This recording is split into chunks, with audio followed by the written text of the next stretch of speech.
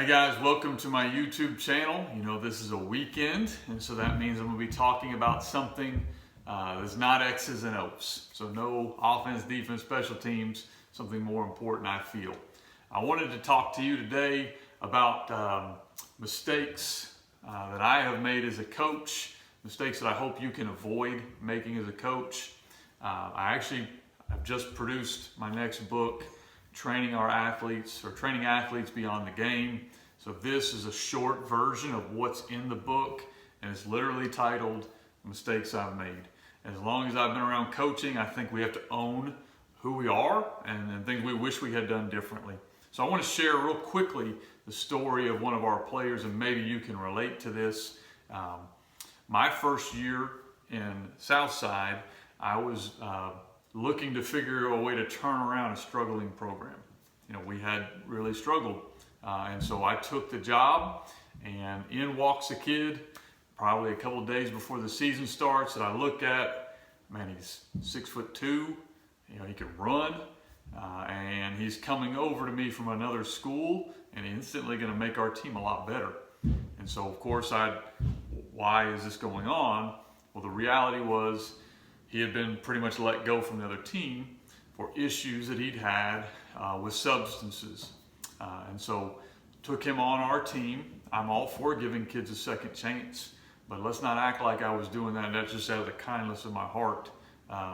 You know, I knew he could help us. I knew maybe we could help him. And being the young coach I was, I could justify a lot of things. He came on, and I'm glad we took him. I'm glad we took Garrett. He became a good player for us, was one of my favorite kids of all time to coach, had a smile that light up a room, had the charisma unbelievable, and kids just rallied behind him, and one of the toughest kids that I've ever coached. I remember he's playing with a bum shoulder and just did unbelievable things. So he's had a great senior year in football. We did test him. We did keep him on the straight and narrow, and then I did what a lot of young coaches do, and this is where I made my mistake. When he left my program, he left my vision. You know, I was not thinking beyond that season.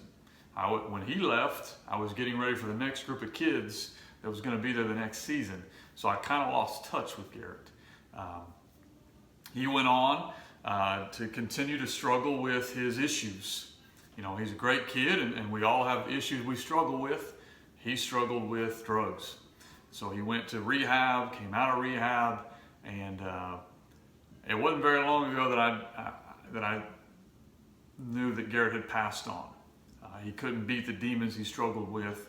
It's something that I think about a lot because as a coach, I don't know if I really could have changed that, but I know I really didn't try. You know, I knew that I had him, and I coached him hard and pushed him for those 4 or 5 months. And after that, he wasn't mine anymore. And it's changed the way I've looked at things. And so now, that's one of the reasons I wrote the book, Training Athletes Beyond the Game. Because I don't want that situation to happen to me again, where I'm looking at a kid for what he can do for me and not so much what I can do for him. I don't know if you have a Garrett in your life as a coach, or if you'll ever have to experience that. It's not a fun experience. Knowing that you probably should have done something different. And hopefully this can maybe encourage you as you're coaching your athletes to reach out to people that have already passed through. They can't do anything for you anymore. They're out there in the real world, but they're still my kids. And that's how I view the kids that have come through and played for me. And maybe it'll kind of turn your head to where you'll see and reach out to people that maybe have left you, even though they can't give you anything. As a coach, you can continue to coach them throughout the rest of their life. And that, to me, is why I wrote that book. It was a painful chapter for me to write. I still try to remember Garrett each year, and this is a way to help me remember it and maybe influence kids not go down that path. And now, for coaches, maybe influence you guys to not go down the path I went down and to be living with some of the regret that I live with. Hopefully this will help you a little bit along your journey. If you are interested in that book, get in touch with me. It's also on my website, fbcoachsimpson.com. Thank you.